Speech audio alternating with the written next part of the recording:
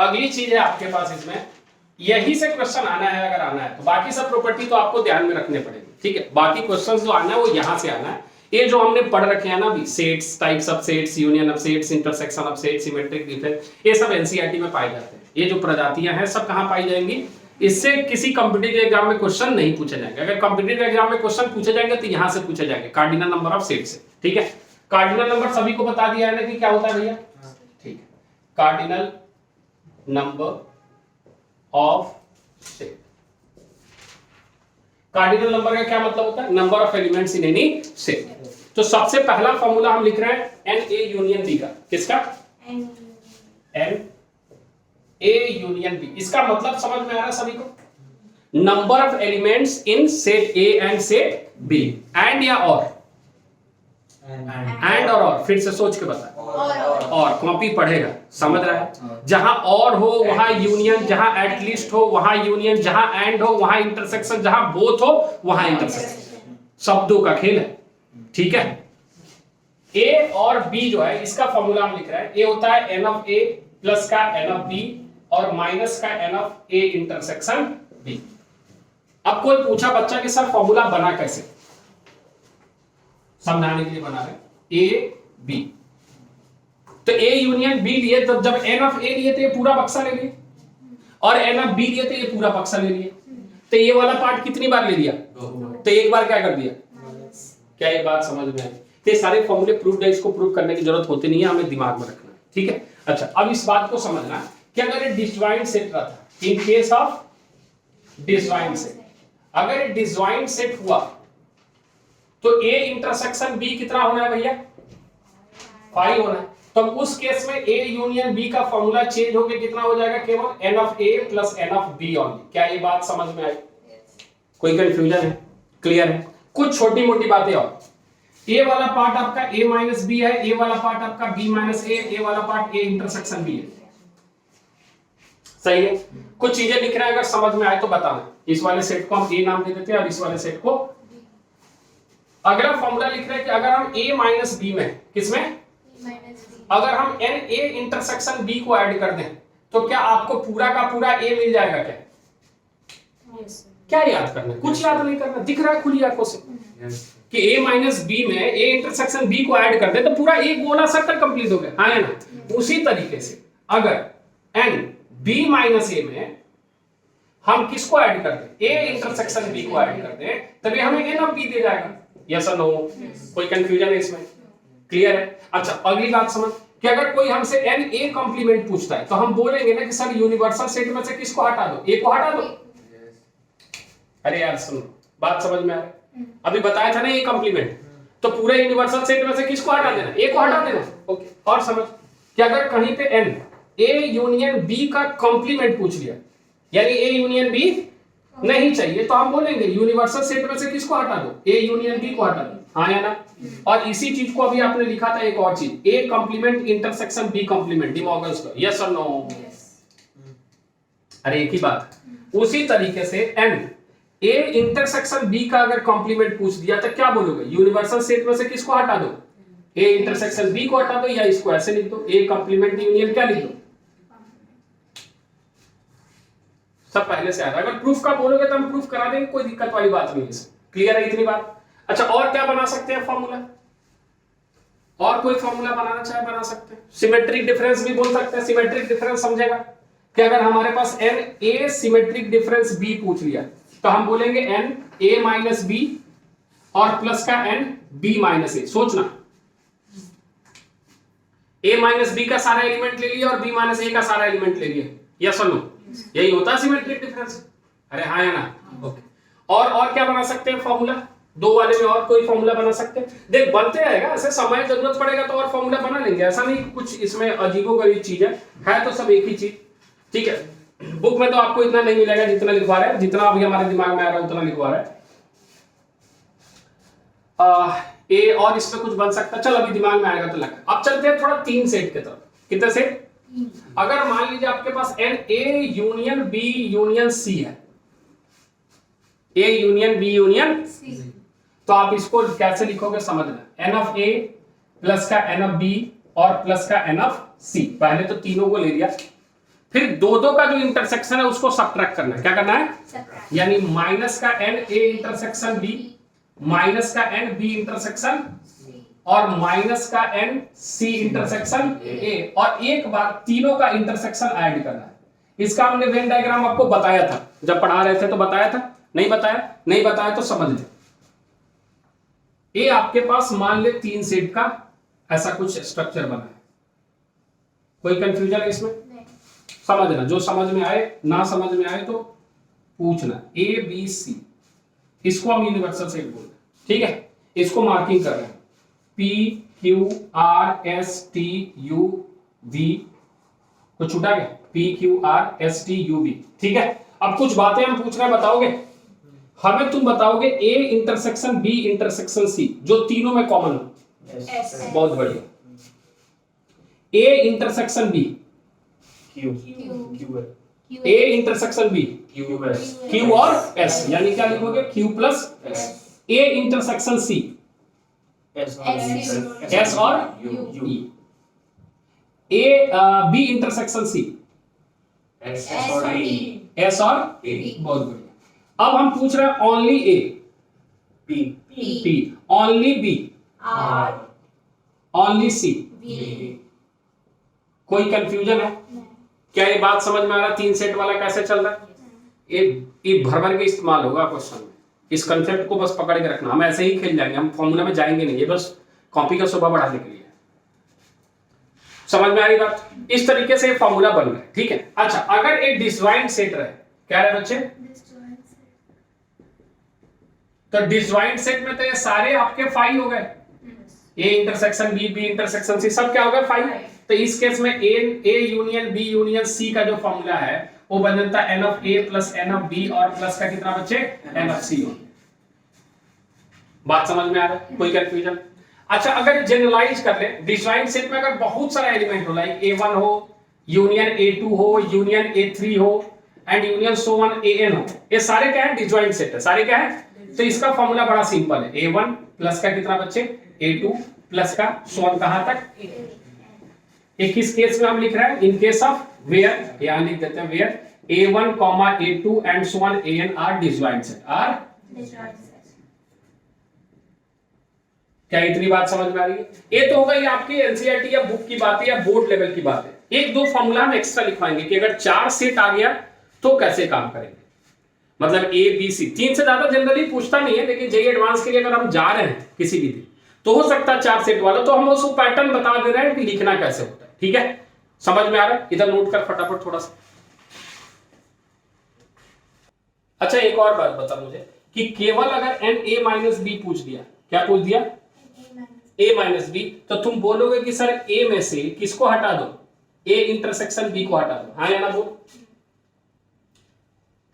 ए minus B पूछेगा तो तुम क्या बोलोगे कि सर ए में से किसको हटा दो? ए इंटरसेक्शन बी को, या तुम इसी को ऐसे लिख दोगे n A intersection B complement. सोच, अरे अभी प्रॉपर्टी बताया था, ए इंटरसेक्शन बी कॉम्प्लीमेंट बताया था, नहीं बताया था? समझ में आ रहा? बी माइनस ए वाला भी ऐसे ही चलेगा। देखिए फॉर्मूला थोड़े थोड़े खुद ही समझ में आने लगेंगे कहां पे क्या यूज लगा, ठीक है? चल नोट करते रहो फटाफट।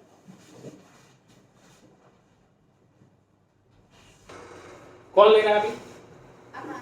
ठीक है, तो हाँ, इसमें एक फॉर्मूला और हम आपको एक्स्ट्रा पढ़ा रहे हैं और उसके बाद क्वेश्चन कराएंगे थोड़ा समझने के लिए कि अगर मान लीजिए 4 सेट रहे, कितना बच्चे? 4 सेट, और उसका अगर यूनियन निकालना हो तो किस तरीके से, और उसी से आप जनरलाइज कर लेना फॉर्मूला। अगर आपके पास थोड़ा सा दिमाग लगाओगे तो जनरलाइज हो जाएगा कि अगर कहीं पे A union B union C union D रहे, क्या रहे बच्चे? A union B union C union D, तो इसका फॉर्मूला सबसे पहले तो इस चारों को लिख देंगे, या समझ? सबसे पहले इस चारों को लिख देंगे, हाँ या ना? एन ऑफ ए प्लस का एन ऑफ बी प्लस का एन ऑफ सी और प्लस का एन ऑफ बी। इस चारों को लिखने के बाद क्या करना चाहिए? हम आपसे पूछना चाह रहे हैं, आप ही बताओ क्या करना चाहिए? किसको माइनस करना चाहिए? इंटरसेक्शन को माइनस करना चाहिए, ऐसा है? 2 वाले को, 3 वाले को? 2 वाले को। चलो, तो माइनस का एन ए इंटरसेक्शन बी हम ऑर्डर में लिख रहे हैं, minus n A intersection C minus n A intersection D. सोचना, माइनस का N B intersection C minus का एन बी इंटरसेक्शन डी और माइनस का एन सी इंटरसेक्शन डी। और कुछ बनेगा क्या? अब 3-3 वाले को क्या करना है? आपको ऐड करना है। 3-3 वाले को क्या करना है? ऐड। 3-3 वाले लिख पाएंगे? पैटर्न देखना, N A intersection B intersection C plus का N B intersection C intersection D plus N A intersection B intersection D. लिखा था क्या? नहीं ना। और प्लस का एन बी इंटरसेक्शन, नहीं बी तो लिख दिया ना। और कोई बचा क्या? प्लस वाला और कोई बचा? ए सी डी, ठीक है। A intersection C intersection D. और जो चारों के इंटरसेक्शन है उसको क्या करना पड़ेगा? सब्ट्रैक्ट। क्या ये फॉर्मूला सभी को समझ में आया? पैटर्न समझ में आ रहा है? क्या करना है?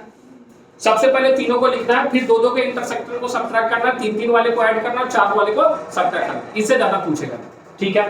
कोई कंफ्यूजन है? क्लियर है? अगर ये डिसजॉइंट सेट हुआ तो उसका फॉर्मूला हम बता दिए, केवल ऊपर वाला लाइन बच जाएगा, बाकी सब खत्म। यस और नो? चलिए एक दो क्वेश्चन कर लेते हैं, इस पर समझेंगे सभी लोग। ठीक है, क्वेश्चन लिखें। क्या है? इन a group of 500 people, in a group of 500 people, 350 speak Hindi, comma, and 300 speak English. ठीक है? It is given that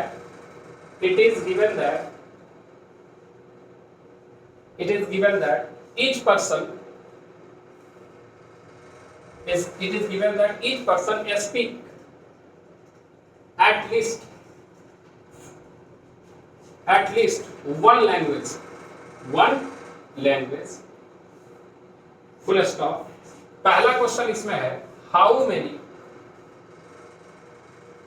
people can speak both Hindi and English, ठीक है। दूसरा पार्ट इसी में है, how many people can speak Hindi only.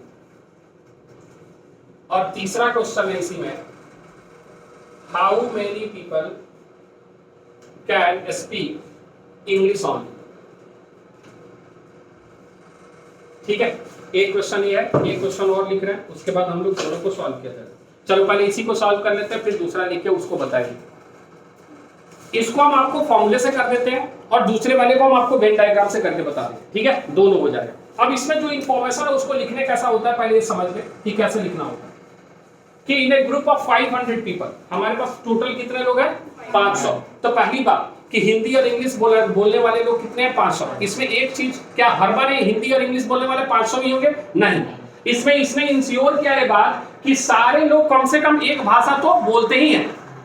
अगर ये नहीं दिया रहता तो हम ये नहीं बोलते कि हिंदी और इंग्लिश। अगर मान ले कुछ लोग होते हैं जो गूंगे होंगे, वो बोलते ही नहीं होंगे, तो उनको हमें छांटना पड़ेगा। तो जब तक ये चीज ना दिया रहे ना, तब तक आप उसको इंग्लिश यूनियन हिंदी जो है उसको 500 नहीं ले सकते। यानी इस क्वेश्चन में तो ये दिया है कि एन इंग्लिश यूनियन हिंदी कितना बच्चे? 500। हाँ या ना बोल?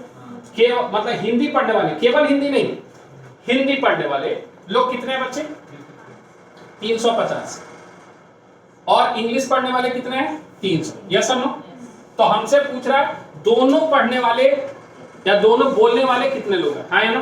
फॉर्मूला लिख, n E union H is equal to n E plus का एन एच और माइनस का एन ई इंटरसेक्शन एच। हाँ या ना बोल? क्या तुम्हें यही वाली क्वांटिटी निकालनी है क्या? अरे बोथ का मतलब यही निकालनी है। अरे हाँ या ना? तो इधर कितना लिखेगा? 500 इज इक्वल टू कितना हो जाएगा? इंग्लिश 300 प्लस का कितना? 350 माइनस का इसको x मान ले थोड़ी देर के लिए, तो इसको देखेगा तो ये आ जाएगा 300 कितना आ जाएगा? 650। डायरेक्ट लिख रहा है 650 माइनस 500, ये आ जाएगा आपके पास कितना? x। कितना आ जाएगा? x मतलब है English union Hindi intersection Hindi n, और ये कितना आ जाएगा? 150। यानी 150 ऐसे लोग होंगे जो दोनों पर बोल रहे होंगे। क्या ये बात समझ में आ रहा है? थोड़ा वेन डायग्राम से समझने की कोशिश करें। इसी क्वेश्चन को हम वेन डायग्राम से बताएं। ऐसा ये इंग्लिश है और ये हिंदी है मान ले। ये बड़ा वाला गोला जो है कितना लोग है 350 कितना, और ये कितना है 300। इसको हम थोड़ी देर के लिए x मान रहे हैं। क्या मान रहे हैं? तो ये 350 और 300 कितना होगा भैया 600, और ये पूरा जो बक्सा दिया है वो 500 दिया है। कितना दिया है? 500। तो अगर इसको 500 होना है तो इसमें से यहां क्या रखेंगे जो दोनों में रहा होगा ताकि ये दोनों बराबर हो पाए? क्या ये बात समझ में आ रहा है कैसे काम की? ये 350 है 300 है तो टोटल 650 हो गया ना भैया। लेकिन लोग कितने हैं 500, यानी दोनों भाषा बोलने वाले कितने रहे होंगे 150। अरे आया नहीं आया। अब उल्टा के केवल हिंदी बोलने वाले, केवल समझना 150 ये है 300 ये है 350, तो ये कितने रहे होंगे? अरे आया नहीं आया। देखना ये वाला रीजन कितना रहा होगा 200, और ये वाला रीजन कितना रहा होगा 150। तो ओनली इंग्लिश अगर कोई हमसे पूछेगा तो हम बोलेंगे कितना भैया 150, और ओनली हिंदी कोई पूछेगा तो क्या बोलेंगे? अच्छा सर फॉर्मूला से बताओ। एन सोचना बता, एन इंग्लिश माइनस हिंदी, इसका मतलब है ओनली इंग्लिश, यस और नो? तो इंग्लिश हमारे पास इंग्लिश माइनस हिंदी का फॉर्मूला क्या होता है समझ अभी, एन ई माइनस का एन ई इंटरसेक्शन एच। अभी बताया क्या? अरे अभी फॉर्मूला लिखवाया ना। एन ई में से इस पूरे गोले में से किसको हटाना? ए इंटरसेक्शन बी को, यानी इसको 300 में से किसको हटा देना 150 को, तो सॉल्व होके कितना आएगा? उसी तरीके से एन एच माइनस ई यानी ओनली हिंदी। क्या बच्चे? तो ओनली हिंदी में ये कितना होने वाला है बता भैया? एन एच माइनस का एन ई इंटरसेक्शन एच। तो कितना आ गया भैया 350 माइनस 150, ये सॉल्व होके कितना आ गया? एग्जाम में आपको स्कूल के ऐसे लिखना है और कॉम्पिटिटिव एग्जाम यानी ऑब्जेक्टिव हो तो ऐसे सॉल्व करना है। क्वेश्चन में लिखा 350 स्पीक हिंदी, 350 स्पीक हिंदी उसने क्लैरिफाई नहीं किया। वो बोला हिंदी बोल रहे हैं, कम से कम हिंदी बोल रहे हैं। उसमें कुछ ऐसे भी होंगे जो दोनों बोल रहे होंगे। ऐसा लिखा है क्या कि 350 का स्पीक हिंदी ओनली? नहीं, उन्होंने बोला हिंदी बोल रहे हैं। जस्ट लाइक मी कि यहाँ हम हिंदी बोल रहे हैं, दूसरे स्टेट में जाके हम इंग्लिश बोल सकते हैं। इसका मतलब हम शुद्ध हिंदी भाषी नहीं है। अगर हमसे कोई पूछे कि कौन आदमी है जो केवल हिंदी बोलता है, जिसको इंग्लिश बोलने नहीं आता, 150 ऐसे लोग हैं जो हिंदी भी बोल रहे हैं और इंग्लिश भी बोल रहे हैं। तो शुद्ध हिंदी बोलने वाले कितने? 200। अरे क्या ये बात समझ पा रहे? कोई दिक्कत है? नोट करें, क्वेश्चन और कराते 3 सेकंड।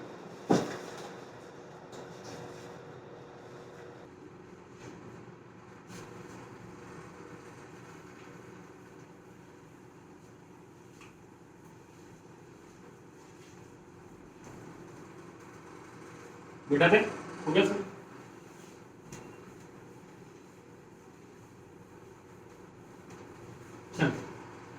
लिखे एक क्वेश्चन और लिखे। In a group of 50 student,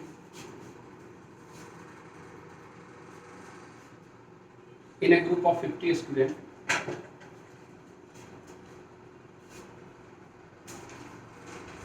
in a group of 50 students, comma, the number of students learning, the number of students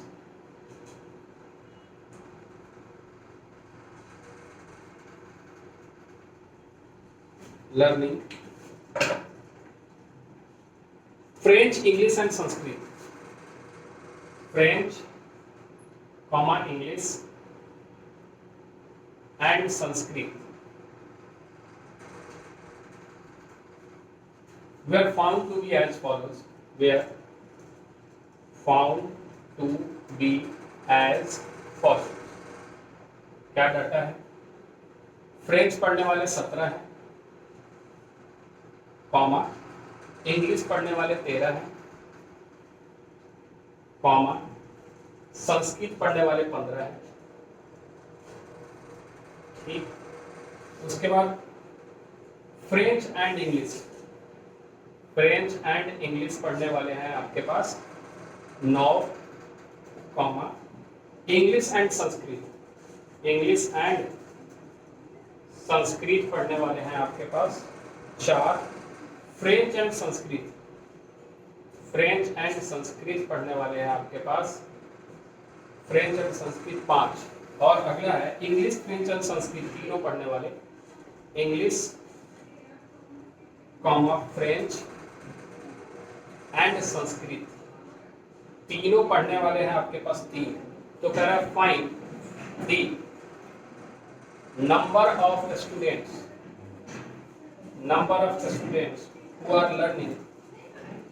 who are learning, ठीक है। पहला पार्ट, क्वेश्चन का first part,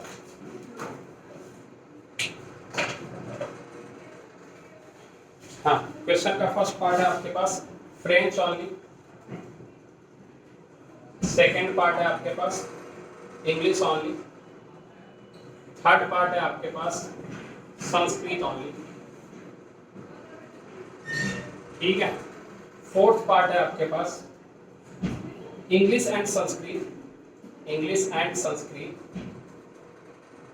but not French, ठीक है। पांचवा part है आपके पास French and Sanskrit but not English.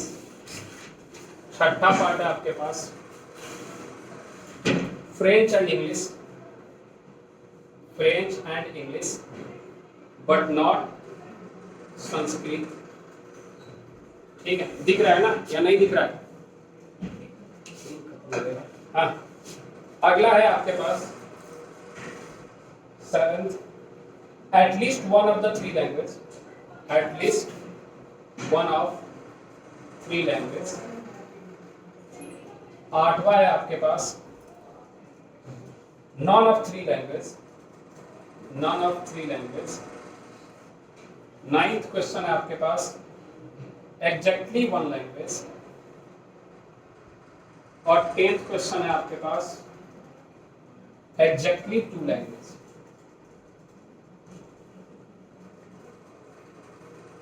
सारे एक ही में निपटा लिए अपन, जितने वैरायटी जिसके बन सकते हैं सब। अब इसको हम फॉर्मूला से नहीं सॉल्व करेंगे, फॉर्मूला से आप सॉल्व कर लेना, हम इसको वेन डायग्राम से कैसे अटेम्प्ट करना वो बताएं, क्लियर है? पक्का? पेन रोक दें, पहले देखें फिर नोट करें। एक ऐसा वेन डायग्राम बनाएंगे आप तीनों सेट को लेके आराम से, ऐसा बिल्कुल, पहला गोला, दूसरा गोला और तीसरा, जहां आप इसको इंग्लिश बोल दो, ये फ्रेंच है और ये संस्कृत। आपको काम उल्टा शुरू कर दो, यानी सबसे पहले जो तीनों पढ़ रहे हैं उसको भरना है। पहले मार्किंग कर दें, आप मार्किंग कर सकते हो A B C D E F G। तो हम बॉक्स में ही लिख रहे हैं। E की वैल्यू इस क्वेश्चन में दिया हुआ है, जो तीनों पढ़ रहे हैं वो है आपके पास 3। कितना बच्चे? तो A वाला जो डाटा है वो आपके पास है 3। कितना बच्चे? कोई कंफ्यूजन है इसमें? अच्छा, अब थोड़ा चल, इंग्लिश और फ्रेंच पढ़ने वाले, इंग्लिश और कितने हैं? 9। कितने हैं? तो कौन सा पार्ट है जो 9 होने वाला है? कौन सा वाला? कौन सा वाला? AH नहीं है, वैसे B है, हाँ B प्लस E। तो अगर ये 3 है तो यहाँ क्या बैठना चाहिए? क्या ये बात सभी को समझ में आई क्या? अरे हाँ या ना बोल, आया क्या? क्योंकि ए वाला जो पूरा पार्ट है, ए वाला, वो कितना होना चाहिए था? 9 होना चाहिए। आया ना बोल? कोई कंफ्यूजन है? अब थोड़ा दूसरे पे आ कि इंग्लिश और संस्कृत, इंग्लिश और संस्कृत कितना दिया? इंग्लिश और संस्कृत 4। कितना? तो ये अगर 3 है तो ये क्या रहा होगा? कोई कंफ्यूजन? ओके। अब हम आ जाते हैं फ्रेंच और संस्कृत पे। किस पे? 5। तो ये 3 है तो ये क्या रहा होगा? कोई कंफ्यूजन है? कोई कंफ्यूजन? क्लियर है इतनी बात? अब समझ मेरी बात। और इसमें क्या है कि टोटल फ्रेंच पढ़ने वाले 17 लोग। कितने? 17। लेकिन सर 17 तो ये है ना टोटल, तो ये तो 6 और 3 9 और 2 11 तो निकल गए जो मिलावट वाले हैं, तो बचे कितने? 6। क्या ये बात समझ में आ गई? कोई कंफ्यूजन है? उसी तरीके से आपके पास इंग्लिश पढ़ने वाले 13 लोग हैं। कितने लोग हैं? तो 6 3 9 1 10 तो निकल गए, कितना बचा? और फिर आपके पास संस्कृत पढ़ने वाले 15 लोग हैं। कितने?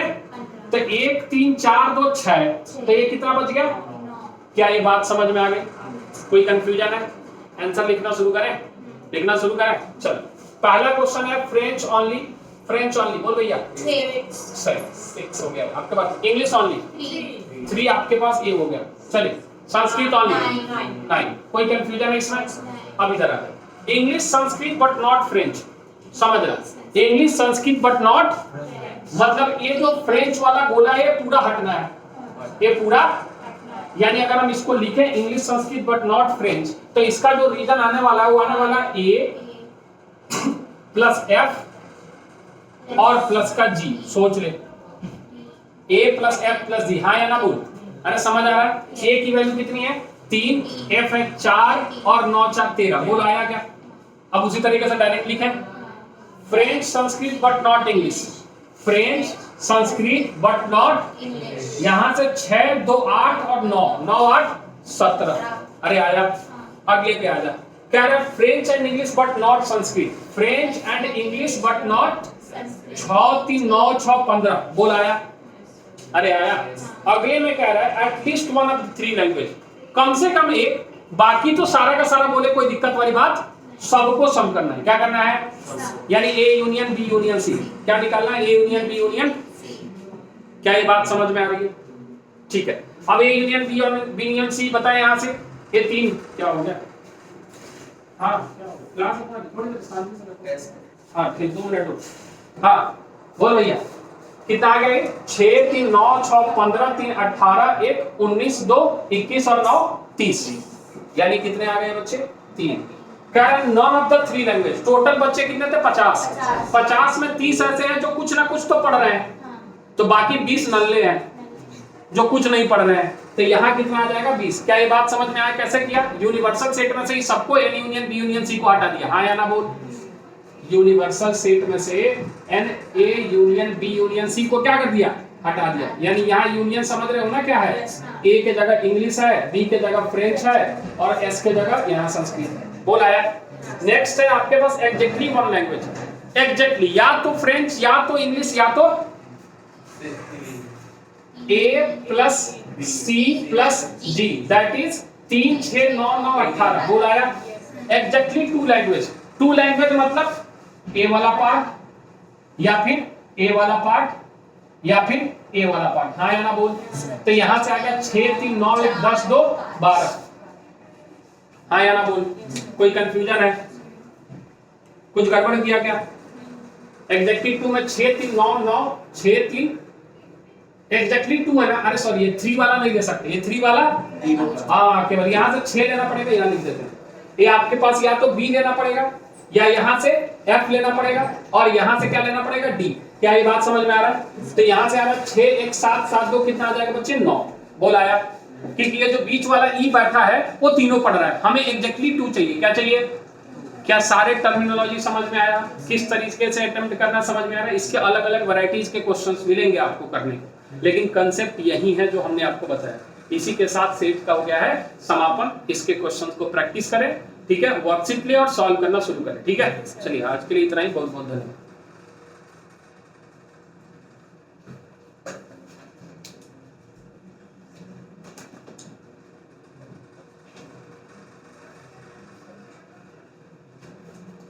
चले।